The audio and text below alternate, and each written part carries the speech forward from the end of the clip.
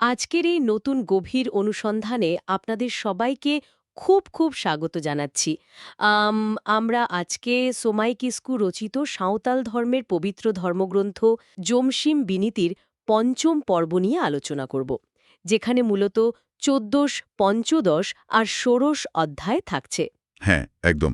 আজকের আলোচনাটা ভীষণ ইন্টারেস্টিং হতে চলেছে, কারণ প্রাচীন সাঁওতাল দর্শন, প্রকৃতি আর মানুষের সম্পর্ক, এগুলো কিভাবে আজকের দিনেও প্রাসঙ্গিক, সেটা আমরা খুব কাছ থেকে দেখব। ঠিক, তবে মূল আলোচনায় যাওয়ার আগে যারা আজকে নতুন শুনছেন তাদের জন্য আগের পর্বের একটু রিক্যাপ করে নেওয়া ভালো, তাই না? অবশ্যই।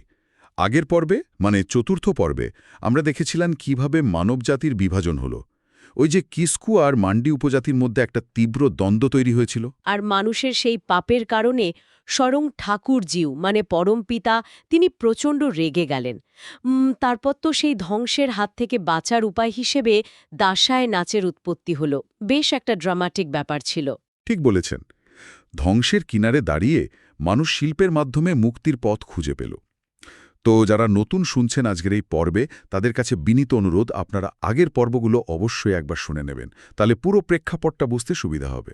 একদম। আর হ্যাঁ, আরেকটা খুব মিষ্টি আর দারুণ খবর দিয়ে রাখি। সোমাই কিস্কু রচিত এই অসাধারণ জমসিম বিনতি বইটি কিন্তু এখন Amazon.in-এ খুব সহজেই পাওয়া যাচ্ছে। আপনারা যারা এই গভীর দর্শনটা একেবারে মূল বই থেকে পড়তে চান, তারা আজই Amazon.in থেকে এটা কিনে নিতে পারেন। খুব ভালো একটা সুযোগ এটা। তো এবার তাহলে আজকের মূল আলোচনায় ঢোকা যাক। আগের পর্বে তো মানুষ ধ্বংসের হাত থেকে বাঁচল, কিন্তু তারপর মানুষ কি শুধরে গেল? না, তারা আবার কি করল? তারা চরম অবক্ষয়ের দিকে গেল। সবচেয়ে বড় অপরাধটা তারা করল গবাদি পশুদের প্রতি, চরম নিষ্ঠুরতা যাকে বলে। লিটা গোসাই নির্দেশ অমান্য করে তারা গরু আর মহিষদের কোনো বিশ্রামই দিত না। বাপরে! সারাদিন ধরে শুধু চাষের কাজে লাগাত। শুধু তাই নয়, ঠিকমতো খাবারও দিত না। আর সবচেয়ে মর্মান্তিক বিষয়টা হলো, মানুষ গরুর সবটুকু দুধ নিজেরা খেয়ে নিত। সদ্যজাত বাছুরদের জন্য এক ফোঁটাও রাখত না। তার বাছুরগুলো তো না খেতে পেয়ে মারা যাচ্ছিল। ঠিক তাই, অসংখ্য বাছুর অনাহারে মারা গেল। চোখের সামনে বাছুরদের এই করুণ মৃত্যু দেখে গবাদি পশুরা আর সহ্য করতে পারল না। তারা সোজা ঠাকুরজিউয়ের কাছে চলে গেল। স্বর্গে গিয়ে নালিশ জানালো। হ্যাঁ, তারা তাদের শূন্য পেট আর কঙ্কালসার শরীর দেখিয়ে বুক ফাটিয়ে কাঁদতে লাগল। বলল, আমাদের স্বর্গে ফিরিয়ে নিন, আমরা এই মানুষের নিষ্ঠুর পৃথিবীতে আর থাকতে চাই না। এটা শুনে তো ঠাকুরজিউর প্রচণ্ড রাগ হওয়ার কথা। তিনি ভীষণ রেগে গেলেন। সিদ্ধান্ত নিলেন যে সব গবাদি পশুকে স্বর্গে ফিরিয়ে নেবেন। কিন্তু ঠিক সেই সময়েই সেখানে দেবী ঠাকুরা এলেন। তিনি ঠাকুরজিকে বাধা দিলেন। দাঁড়ান, এখানে একটা প্রশ্ন জাগছে। পশুদের বাঁচানোর জন্য বা রাগ কমানোর জন্য লিটা গোসাই তো আসতে পারতেন, দেবী ঠাকুরান কেন এলেন? খুব সুন্দর একটা পয়েন্ট ধরেছেন। দেবী ঠাকুরান হলেন মাতৃরূপী প্রকৃতির প্রতীক। তিনি ইকোসিস্টেম বা বাস্তুতন্ত্রের ভারসাম্য বজায় রাখেন। তিনি বললেন, গবাদি পশু ছাড়া মানবজাতি তো কৃষিকাজই করতে পারবে না। পশু চলে গেলে তো মানুষ না খেতে পেয়ে ধ্বংস হয়ে যাবে। একদম। তাই দেবী ঠাকুরানের হস্তক্ষেপে লিটা গোসাই একটা নতুন নিয়ম চালু করলেন। কার্তিক মাসের অমাবস্যা তিথিতে চালু হল সোহরায় গোপরব বা গোবন্দনা, যেটাকে আমরা গবাদি পশুর উৎসব বলি। হ্যাঁ, এই রাতে গোয়াল ঘরে প্রদীপ জ্বালানো, পশুদের স্নান করানো, তাদের শিঙে তেল মাখানো আর পুজো করার নিয়ম চালু হলো। এটা তো ভীষণ ইন্টারেস্টিং। আজকের দিনে আমরা কারখানার শ্রমিকদের অধিকার বা অ্যানিম্যাল ওয়েলফেয়ার নিয়ে যেভাবে কথা বলি, এটা তো ঠিক সেই ভারসাম্য রক্ষার কথাই বলছে, তাই না? একদমই তাই। প্রকৃতি আর মানুষের সহাবস্থান ছাড়া সভ্যতা তো টিকতে পারে না। তো এই ভৌতিক চাহিদা, কৃষিকাজ আর পশুর নিরাপত্তা যখন সুনিশ্চিত হল, মানুষের এবার আধ্যাত্মিক সত্য জানার ইচ্ছে হল। পেট ভরার পর এবার ধর্মের খোঁজ। লিটা গোসাইয়ের নির্দেশে মানুষ এবার সত্যের সন্ধানে পূর্ব দিকে যাত্রা শুরু করল। আর তাদের সাথে নিল একটা সাদা শূকর, একটা লাল ছাগল আর অমৃত জল। সাদা শূকর আর লাল ছাগলের মানে কি? এই নির্দিষ্ট প্রাণী কেন? সাদা রং হল বিশুদ্ধতার প্রতীক। শূকর মাটির খুব কাছাকাছি থাকে, যা মাটির সাথে মানুষের যোগ বোঝায়। আর লাল ছাগল হল প্রাণশক্তি বা জাগতিক কামনার প্রতীক। ও আচ্ছা। আর জলটা হলো অনন্ত জীবনের তৃষ্ণা। বেশ, তারপর তারা কোথায় গেল? তারা বিভিন্ন গাছের কাছে গিয়ে মানব জীবনের সত্য আর ধর্মের সারমর্ম জানতে চাইল। প্রথমে তারা গেল আসান গাছের কাছে। কিন্তু সে সত্য বলতে পারল না, মিথ্যে বলল। তাই তার নাম হল মিথ্যাবাদী গাছ বা এড়ে আত্মা। আচ্ছা, তারপর? এরপর তারা গেল কেন্দু গাছের কাছে। কেন্দু গাছ তাদের শুধু মিথ্যে তোষামোদ করল, তাই তার নাম হল ল্যাফেজতেরেল। এরপর বোধহয় তারা বটগাছের কাছে গেল। অন্যান্য ধর্মে তো বটগাছকে জ্ঞানের প্রতীক ধরা হয়। এখানেই একটা টুইস্ট আছে। সাঁওতাল দর্শনে বটগাছের কথাগুলোকে অত্যন্ত জটিল বলা হলো। এর নাম দেওয়া হলো পিটার ব্যারে বা জটিল বট। তাই নাকি? মানে অতি বৌদ্ধিকতা বা অহেতুক জটিলতার রূপক? একদম। বটগাছের ঝুড়ি বা শেকড় যেমন একটা গোলকধাঁধা তৈরি করে, সত্য খুঁজতে গিয়ে মানুষও এমন তাত্ত্বিক জটিলতায় আটকে যায়। এরপর তারা গেল তাল গাছের কাছে, কিন্তু তার কথা মানুষের বোধগম্যই হল না। তাল গাছ তো অনেক উঁচুতে থাকে, হয়তো সেজন্যই। তাহলে সঠিক পথের সন্ধান কে দিল? শেষ পর্যন্ত অশ্বত্থ গাছ তাদের সঠিক পথ দেখালো। এর নাম হল হারে হেনসা বা পথপ্রদর্শক। সে তাদের বলল আরও পূর্ব দিকে যেতে।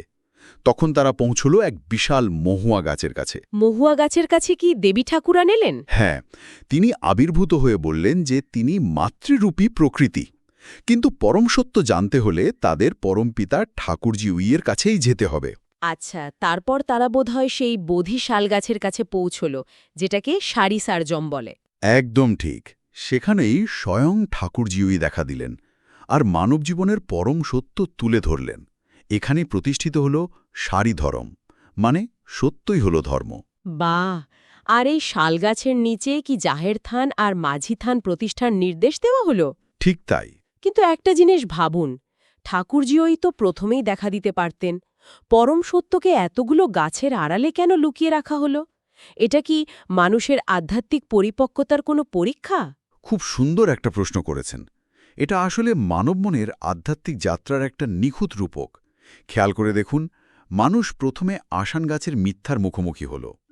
তারপর কেন্দু গাছের তোষামোদ। হ্যাঁ, অহংকার প্রায় তোষামোদে ভুলে পথভ্রষ্ট হয়। তারপর এলো বটগাছের জটিলতা আর তাল গাছের অস্পষ্টতা। এই সব বিভ্রান্তি পেরিয়ে তবেই সে অশ্বত্থ গাছের মতো সত্যিকারের পথপ্রদর্শক পেল। মানে এতগুলো মানসিক স্তর পেরিয়ে তবে সত্যের দেখা মেলে। অসাধারণ। কিন্তু সত্য পাওয়াটাই তো সব নয়, তাকে তো দৈনন্দিন জীবনে পালন করতে হবে। ঠিক, আর সেজন্যই লিটা গোসাই এবার বার্ষিক পুজো আর ধর্মীয় রীতিনীতি শেখালেন। 12 মাসের একটা ক্যালেন্ডার তৈরি হল, মাঘ থেকে পৌষ পর্যন্ত। আচ্ছা, মাঘ মাস দিয়ে বছর শুরু। হ্যাঁ, বছরের শুরুতে মাটির পুরনো রান্নার হাঁড়ি ফেলে দিয়ে নতুন হাঁড়ি ব্যবহার করা শুরু হলো। আরে, এটা তো একদম আমাদের আধুনিক নিউ ইয়ার রেজলিউশনের মতো। পুরনো গ্লানি, নেতিবাচকতা সব ফেলে নতুন করে শুরু করা। একদম তাই। আর এই মাসেই আখান যাত্রা হয়, যেখানে মৃত পূর্বপুরুষদের অস্থি বিসর্জন দেওয়া হয়। পাশাপাশি মাক্সিম বোঙ্গার মাধ্যমে গ্রামের নতুন মাঝি বা পঞ্চায়েত প্রধান নির্বাচিত হয়। মানে শোক ভুলে এগিয়ে যাওয়া আর নতুন লিডার বেছে নেওয়া। খুব প্র্যাকটিক্যাল। আর ফাল্গুন মাসে কি হয়? ফাল্গুনে হয় বাহা পুজো বা বসন্ত উৎসব। এখানে রঙের একটা দারুণ সিম্বলিজম আছে। 3 ধরনের বলি দেয়া হয়। সাদা মোড়ক হল সত্যগুণ বা সৃষ্টির প্রতীক, লাল মোড়ক হল রজগুণ বা সংরক্ষণের প্রতীক, আর কালো রং? কালো মুরগি হল তমগুণ বা ধ্বংসের প্রতীক। সবচেয়ে আশ্চর্যের বিষয় হল কালো মুরগিকে গ্রামের ভেতরে পুজো করা হয় না, ওটাকে গ্রামের বাইরে কাঁটা দিয়ে পুঁতে ফেলা হয়। মানে মনের ভেতরের সব অশুভ চিন্তা আর নেতিবাচকতাকে গ্রামের বাইরে রেখে আসা, যাকে আমরা সাইকোলজিতে বাউন্ডারি সেটিং বলি। ঠিক ধরেছেন। সাদা, লাল আর কালো রঙের এই ত্রিগুণ তত্ত্ব সত্যি খুব গভীর। ধর্ম বলতে আমরা যা বুঝি, এখানে সেটা মানুষের কৃষিকাজ, সমাজ পরিচালনা আর মানসিক স্বাস্থ্য ভালো রাখার সাথে সরাসরি যুক্ত। একদম। অন্যান্য মাসের উৎসবগুলো, যেমন ধরুন বৈশাখে মা মোরে, আশ্বিনে দাসায়, এগুলো তো প্রকৃতির আবর্তনের সাথেই যুক্ত। হ্যাঁ, প্রকৃতির ভারসাম্য আর জীবনযাপনের একটা সুনির্দিষ্ট নির্দেশিকাই হল সারিধর্ম। বাহ! আজকের এই চতুর্দশ থেকে ষোড়শ অধ্যায়ের আলোচনা সত্যি আমাদের চিন্তার জগৎকে অনেকটা প্রসারিত করল। তাহলে সামনের পর্বে, মানে সপ্তদশ অধ্যায়ে আমরা কি নিয়ে আলোচনা করতে চলেছি, একটু স্পিক হয়ে যাক। সামনের পর্বটা আরও রোমাঞ্চকর। সেখানে মানবদেহকে কিভাবে একটা সম্পূর্ণ ব্রহ্মাণ্ড হিসাবে কল্পনা করা হয়েছে আমরা সেটা দেখব। মানবদেহ একটা ব্রহ্মাণ্ড? হ্যাঁ, যেমন ধরুন, নারীরা কপালে যে জায়গায় সিঁদুর দেন সেই স্থানটিকেই বলা হয়েছে জাহের থান, আর মানুষের হৃদয় হল মাঝি থান। তাই নাকি? মানে যেখান থেকে রক্ত চলাচল হয় আর ভালো মন্দের বিচার হয়? একদম। মানবদেহকে লুগুবুরু পর্বত মানে নাসিকার ছিদ্র দিয়ে যে বায়ুপ্রবাহ হয় তার সাথে তুলনা করা হয়েছে, আর শরীরটা হল পুষ্প সরোবর, যেখানে জীবনের পদ্ম ফোটে।